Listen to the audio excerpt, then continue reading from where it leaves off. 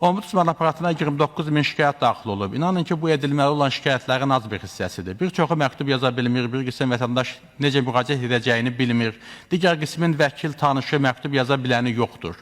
Bu o deməkdir ki, vətəndaşlara ölkə boyu pulsuz hüquqi xidmətin göstərilməsi vacibdən də vacibdir. Ombudsman institutuna bu missiyanı həyata keçirmək üçün lazımi maliyyə və digər resursların ayrılmasını təklif edirəm. Hər bir rayon və şəhərdə bir neçə nəfər hüquqşünasın işə götürülməsini təmin edəcək dərəcədə maliyyə vəsaitin ayrılması vətəndaş məmnuniyyətinin təmin edilməsinə yardımcı olardı. Bir daha demək istəyirəm ki, burada səslənən təkliflərə aidiyyatı üzrə dövlət orqanlarının rəsmi nümayəndələrinin cavab verməsi vacibdir. Əgər bu təklif və suallar bəzən cavablandırılmırsa, o zaman çıxış etməyin də lüzumu qalmır.